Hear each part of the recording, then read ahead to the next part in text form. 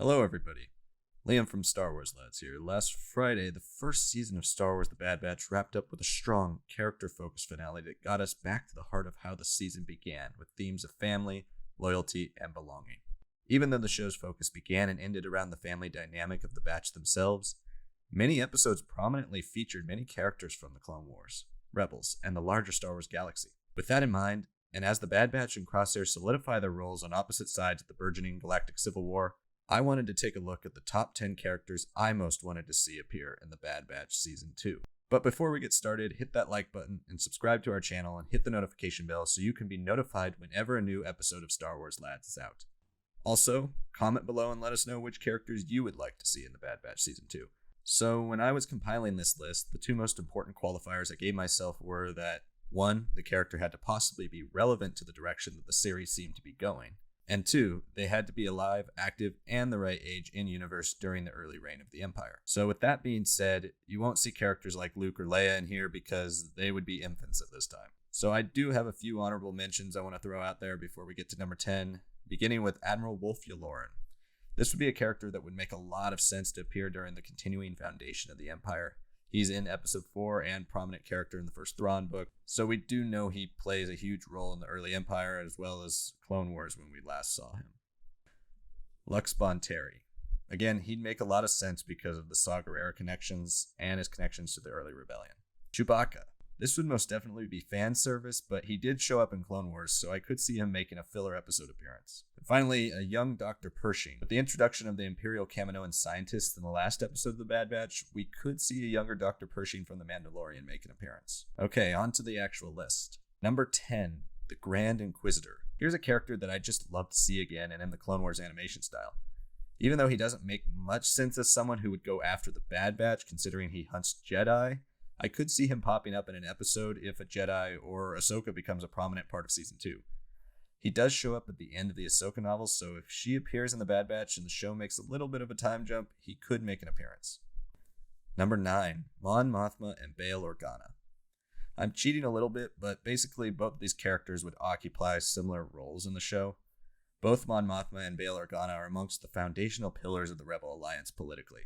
And with episodes like Episode 10 Common Ground that center around Senator Avi Singh of Raxus Prime, who takes a stand against the Empire's occupation of the planet, I think we could get a bit of a glimpse at some of the political battles during the early days of the rebellion. As we say all the time, the animated character models are rarely created for one episode use, so I feel like it's a good bet that we see Senator Singh again, this time being helped by one of our rebel leaders. Another reason I'd put both characters in this spot is because I couldn't really decide which one had a better chance of being in the show.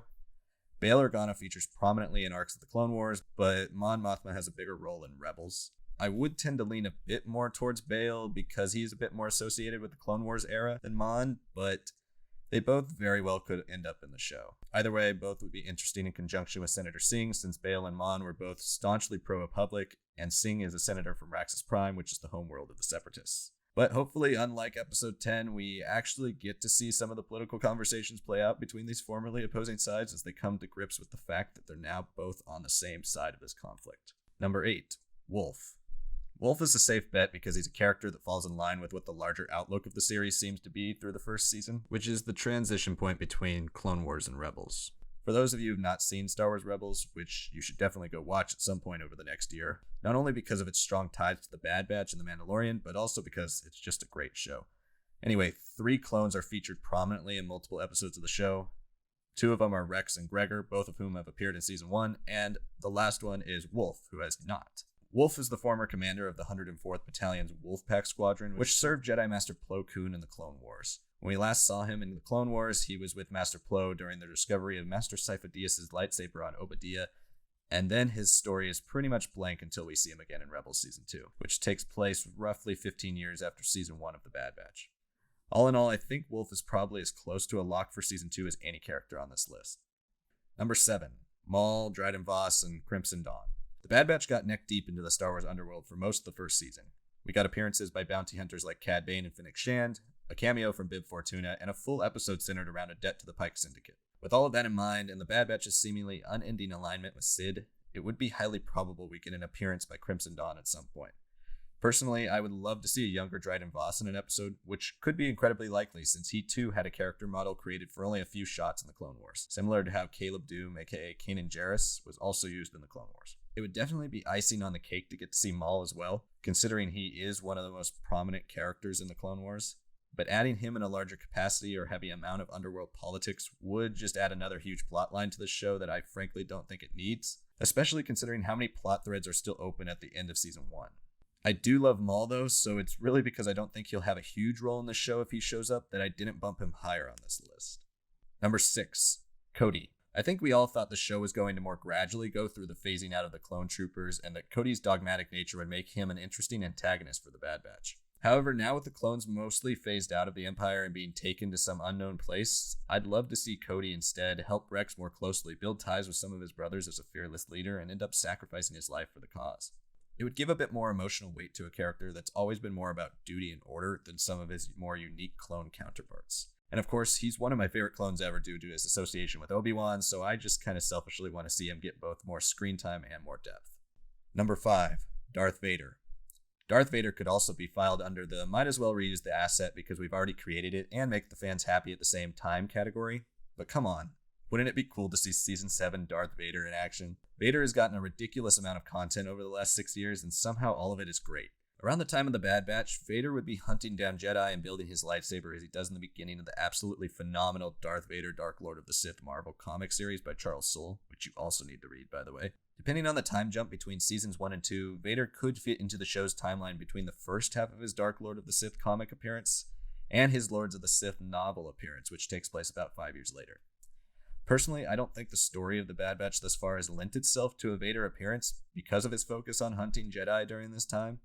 However, who's to say that the Bad Batch and the remaining clones don't cause enough problems for the Empire that Palpatine sends Vader to deal with them? I guess we'll just have to wait and see. Number 4, Jedi Survivors. I just really want a Jedi to show up in the show. As we can imagine, it would be incredibly difficult for both Jedi and clones to learn to trust each other again in the aftermath of Order 66, and I feel there's so much room for interesting storytelling there. You have the clones as victims of the Empire trying to atone for what they've unwillingly done, and the Jedi as the victims of the horrors the clones have caused. It would at least make for an emotionally dense standalone episode of nothing else. When it comes to who the Jedi would be, there's a number of options. I know a lot of people were clamoring for Cal Kestis from Jedi Fallen Order during the mid-season Bracca episodes in Season 1, but I just don't feel like Cal fits well into this timeline.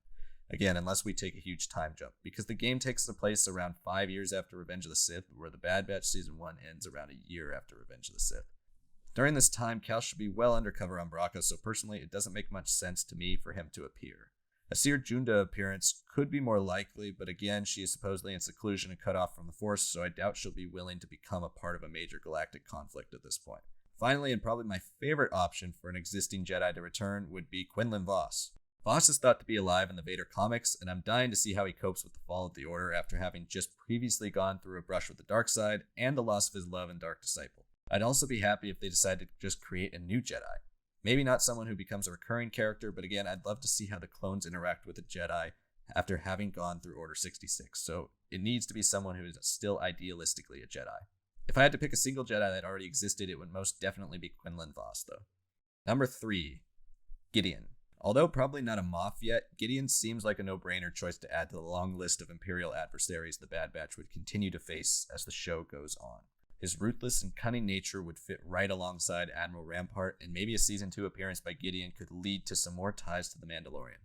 Speaking of the Mandalorians, I would love to see them join the show at some point if it truly becomes the Clone Wars epilogue / Rebels Mandalorian prequel all in one like it looks like Lucasfilm wants it to be. But that's really the only way I'd want to see the Mandalorians tied into the show from a story perspective.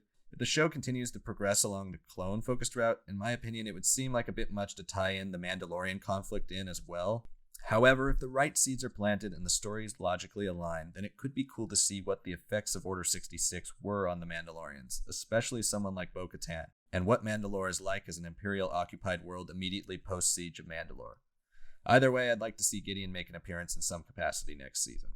Number 2, Ahsoka Tano. We're moving into pretty obvious ones now in the last two, but Ahsoka ranks among the most wanted to see characters in just about everything Lucasfilm has made over the last decade, and rightly so.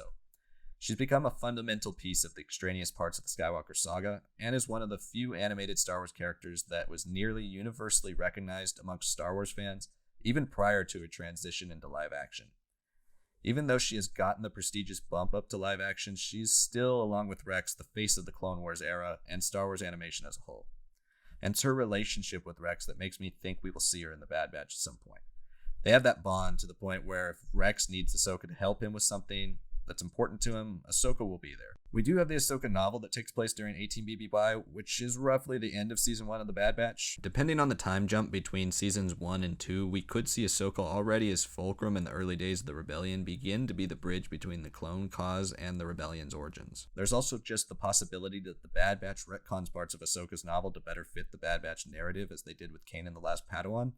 But obviously, for the sake of us canon junkies, I hope they don't do that. Regardless of how, I'll be genuinely surprised if we never see Ahsoka appear in The Bad Batch. And number 1, Boba Fett. Boba Fett looked like an absolute given for Season 1 of The Bad Batch due to the show's heavy focus on the intrigue around Omega's origins in the first 9 episodes. After Omega was revealed to be exactly what her name suggests, the second unaltered clone of Jango Fett himself, the prominence of known Boba Fett associatives Fennec Shand and Cad Bane, and the fact that the next canon Star Wars Disney Plus series is the Book of Boba Fett, I would have absolutely bet on Boba Fett appearing in The Bad Batch by the Season 1 finale. Now that Season 1 has come and gone, though, and we didn't get an appearance by Boba Fett, I still really want to see him in the show, and I feel like he's a strong possibility. I just want to see him react to Omega, and I want to see how he handles no longer being the only true heir to the Jango Fett legacy. As we've seen in War of the Bounty Hunters and so many Boba Fett stories, that is such an important thing to him. It really defines his identity. And I feel like it would be a huge missed opportunity for both characters to grow if they don't have them on screen together. And with the Book of Boba Fett coming at the end of the year, maybe we'll get more allusions to Boba's appearance in Season 2 of The Bad Batch in that show. If it does indeed deal with Boba's obsession with living up to the Fett legacy, how that might contradict with the roots of his Mandalorian heritage, and maybe even a long-held jealousy towards a little sister he became aware of during the rise of the Empire, I can only hope, can't I? So that's my list. As I said at the beginning, please give this video a like, subscribe to our channel, and let me know in the comments which characters you'd most like to see in The Bad Batch Season 2 and beyond. Thanks for watching, and stay tuned during the rest of the week for our Wednesday comic reviews and our Star Wars Lads episode 41 on Friday. See you guys next time.